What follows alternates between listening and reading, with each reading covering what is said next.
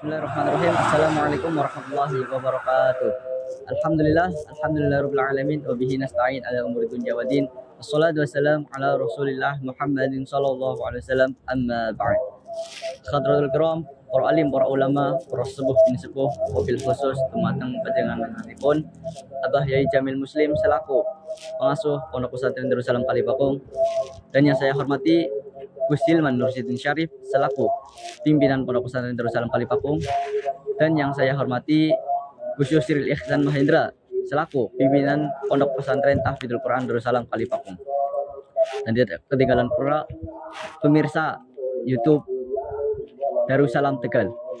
Pertama-tama, marilah kita panjatkan puja dan puji syukur atas kehadiran Allah Subhanahu wa taala yang telah memberikan kita beribu-ribu nikmat.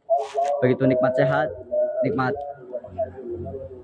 bisa melihat, bisa mendengar, atau nikmat yang manapun yang mahal harganya. Kedua kalinya salawat serta salam tetap terlimpah curahkan kepada junjungan kita, yaitu Nabi Muhammad Sallallahu Alaihi Wasallam, yang telah memberikan kita jalan yang lurus untuk menempuh hidup ini. Pada kesempatan kali ini saya akan membawakan sebuah materi yang bertemakan rahasia doa mustajab. Bulan Ramadan menciptakan suasana spiritual yang lebih intensif bagi umat Islam. Mayoritas umat Islam berfokus ibadah dan mendekatkan diri kepada Allah Subhanahu wa taala melalui ibadah sholat, puasa, dan yang lainnya. Hubungan spiritual dengan Sang Pencipta dapat diperkuat sehingga doa yang dipanjatkan dapat lebih bermakna.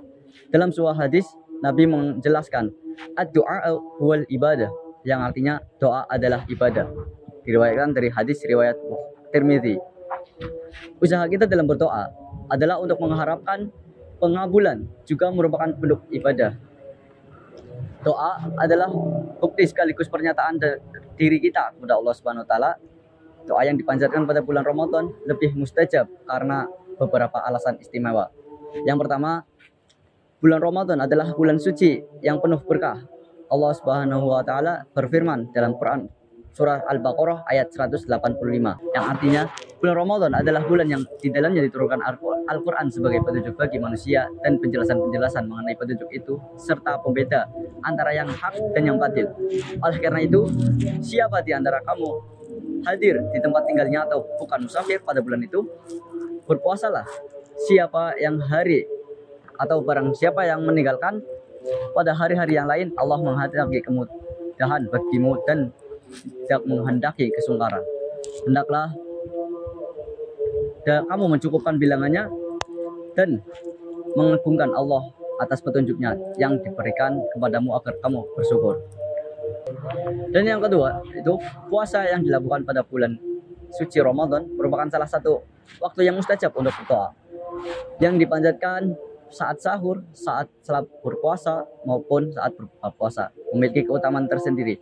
Diriwayatkan dari Abu Hurairah radhiyallahu an, Rasulullah sallallahu alaihi wasallam bersabda, "Salasatu la turaddu da'watuhum as-shaimu hatta yudhiru wal imamul adil wal madlum."